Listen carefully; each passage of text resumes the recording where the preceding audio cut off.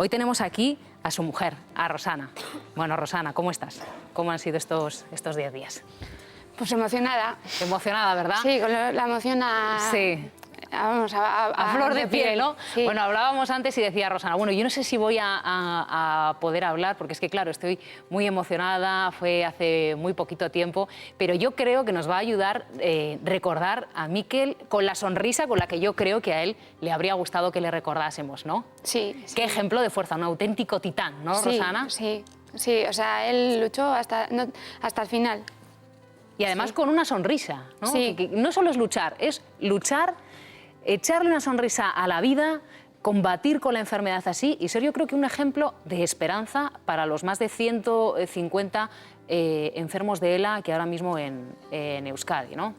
Sí, porque además la enfermedad que padecía él era una enfermedad catalogada de rara y entonces mucha gente no la conoce y pues a través de Mikel pues dio a conocerla y mucha gente supo de sus características y ayudó pues a que la gente se acercara a la enfermedad. Bueno, a él cuando le diagnostican la enfermedad, él es un joven muy dinámico.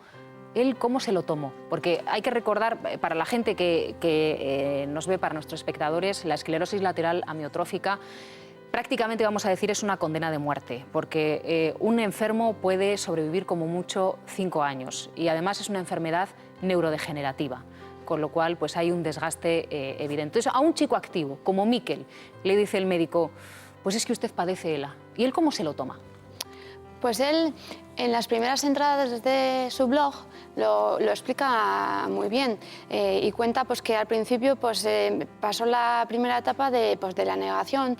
Esto no me va a pasar a mí, yo estoy bien, no voy a seguir para adelante porque vaya, estoy enfermo de una enfermedad, pero todavía no estoy enfermo. O sea, una etapa de negación. Luego ya, cuando poco a poco, porque claro, la enfermedad de Mikel es degenerativa, entonces, como decía él, el cerebro tiene que cada día, o sea, adaptarse a un nuevo cambio y que eso es muy difícil porque cuando te habías adaptado a un cambio había que reprogramar el cerebro y volverse a adaptar a que ahora ya no podías hacer lo que ayer hacías. Es un esfuerzo tremendo, supongo, sí. ¿no, Rosana? Y entonces llegó a una etapa, pues sobre todo cuando ya él al principio pues podía interactuar más con Anne y cuando eso se fue poco a poco terminando, pues él entró en una etapa pues, de ira, que también en el blog dice pues, que la enfermedad le cambió su forma de ser, que toda su ira la volcó contra sus familiares más cercanos, entró en una etapa de autocompasión, no quería estar con nadie, no quería nada de nadie y aunque él sabía que eso no le ayudaba nada en su enfermedad, le daba igual. Pero luego ya, pues más adelante, pues poco a poco pues entró en la tercera etapa, que es la etapa de la resignación, que no rendición. Supongo que aceptación, ¿no? Aceptación y decidió pues que igual había cosas que no podía hacer, pero había muchas cosas que todavía podía hacer. Y incluso en una entrada del blog dice, he ido al parque con mi hija, lo he pasado mal viendo cómo juega en los columpios y no puedo estar con ella. Es como estar viendo los toros desde la barrera. Y me pregunto, ¿qué hago aquí? Y dice, enseguida me contesto, prometí no perderme una sonrisa más de mi hija y mañana volveré a venir al parque. Bueno, qué emocionante. Claro, es que hemos visto en las imágenes a una niña guapísima que además se parece muchísimo a ti, Rosana. ¿No? ¿Tú crees que no? Yo le veo igualita que tú en la cara. No, se parece mucho a Mikel. Incluso en el documental sale un trozo de Mikel de pequeño con una grabación de esas de Super 8 y la gente se pensaba que era Anne. ¿Ah, sí? Bueno, vamos a decir que cuando a Mikel le diagnostican la esclerosis, sí. Tú estás embarazada de Anne todavía, ¿no? Sí, estabas embarazada de 3 meses, sí. si no me equivoco. Sí. A mí me parece muy importante en este tipo de casos también el papel del cuidador, ¿no? Cómo se convierte la compañera de viaje o el compañero de viaje en, vamos, prácticamente en un faro, ¿no? Sí. ¿Tú cómo te lo tomaste cuando le diagnostican a Mikel la enfermedad? Pues al principio, pues, a ver, pues nos desestabilizó toda nuestra vida, toda nuestra normalidad, toda nuestra estructura proyectada en un futuro, pues todo eso lo tuvimos que cambiar porque, pues lo típico, pues tú siempre haces proyectos de futuro, pues vamos a hacer esto, vamos a hacer tal, y claro, aquello todavía que reconstruirlo.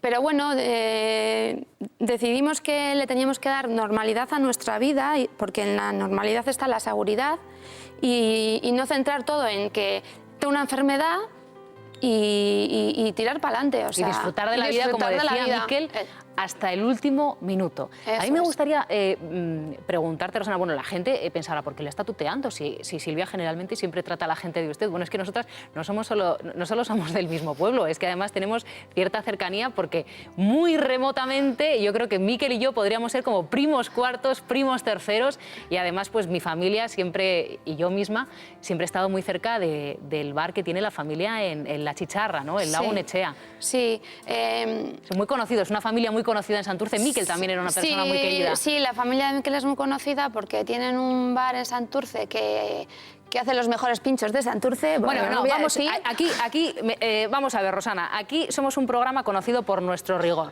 Creo que lo bueno, a ver si me equivoco y a ver si no ha cambiado la cosa desde que yo me fui a Madrid. Una de las mejores rabas y uno de los mejores huevos cocidos rebozados. Sí, eso es. No se me ha ido. Y para los niños, las concretas. Bueno, vamos a seguir hablando de Miquel. A mí el ejemplo de Miquel me gusta porque aporta esperanza y porque también pues, puede ayudar a detectar en qué primeros estadios, qué primeras muestras puede dar la enfermedad. Por ejemplo, Miquel o tú, ¿cuándo os disteis cuenta de que pasaba algo raro? Pues Miquel se estaba preparando para ir a la maratón de Berlín. Y entonces empezó a cambiar un poquito sus entrenamientos, porque claro, él hacía triatlón y entonces empezó a sus entrenamientos a hacerlos más largos cara al maratón. Y entonces él notaba pues, que por las noches le daban calambres, que claro, le despertaban por la noche y no le dejaban descansar bien, y claro, entonces luego el día siguiente no rendía como él tenía que rendir. En las carreras también populares participaba y veía que su rendimiento había bajado. Y lo que más así ya nos dio que pensar, porque venía, jo, es que me he caído y digo, ¿y cómo te has caído? Y digo, ¿por qué? ¿Te has tropezado con algo? No, no sé. Dice, pues me he caído y no me ha dado tiempo ni a poner las manos en el suelo. Y claro, fueron una serie de caídas muy seguidas. Y en una de ellas se hizo daño, tuvimos que ir al hospital pues, para ver qué se había hecho, y de camino le dije, oye, Miquel, bueno, todo esto ya habíamos empezado un proceso de médicos, igual es falta de potasio, igual es mala circulación, pero claro... Para un deportista puede haber miles de explicaciones, ¿no? Todas ellas sanas. Claro.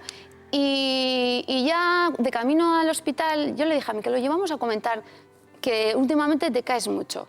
Y lo comentamos allí, le dijeron que tenía un esguince, se lo curaron, pero decidieron ingresarle para hacer una serie de pruebas, porque la ELA no hay una prueba que diga tienes ELA. O sea, tienen que hacer un montón de pruebas y ir descartando otro tipo de enfermedades hasta que llegas al diagnóstico de la ELA. Y cuando a uno le diagnostican ELA, y bueno, prácticamente solo se pueden poner, digamos, cuidados paliativos, ¿no? La enfermedad no se puede detener, pero se puede ayudar a tratar el dolor, digamos. Sí. ¿Qué es lo recomendable o en qué actividades se refugiaba Miquel para poder no mantenerse en forma, desde luego, pero mantener las capacidades físicas con el mínimo deterioro posible? ¿Qué deportes hacía, por ejemplo?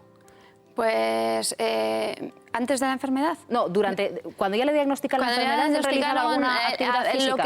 Lo tuvo que dejar enseguida, porque enseguida ya llevaba unos andares raros. O sea, él andaba... Supongo que el cuerpo no responde igual. No responde igual. Y, por ejemplo, él iba en bicicleta, lo tuvo que dejar. Bueno, todavía puedo ir en moto. Cuando ya no se sujetaba bien en la moto, dijo, pues me compro un quad que tiene 3 ruedas y luego ya el quad pues también lo tuvo que dejar y así, o sea... Desde luego, un chaval con humor sí que era Miquel, Sí, era muy bromista, a veces se pasaba con las bromas y sí, tenía un humor muy sano y muy bueno. Bueno, este domingo tenemos homenaje a Miquel, ¿no? Sí. ¿Dónde va a ser? En el Polideportivo En el Polideportivo de Santurce, en el Polideportivo Municipal. Sí. ¿Y quién lo ha organizado? Pues lo han organizado todas las asociaciones culturales, de hostelería, de Santurce. Bueno, no voy a nombrar a ninguna porque seguro que... No, son tantas que desde luego siempre se olvida uno. Y vamos, les quiero agradecer pues, con todo el cariño que están preparando esto. Qué emocionante que se haya volcado todo el pueblo, ¿no? Sí, estoy muy orgullosa de mi pueblo. Sí, ¿verdad? Sí. Porque desde luego Santurce se ha volcado, ha llegado pues hasta los Goya y desde luego no se va a olvidar de Miquel. Muchas gracias, Rosana, por habernos acompañado. De nada, es que ricasco a vosotros.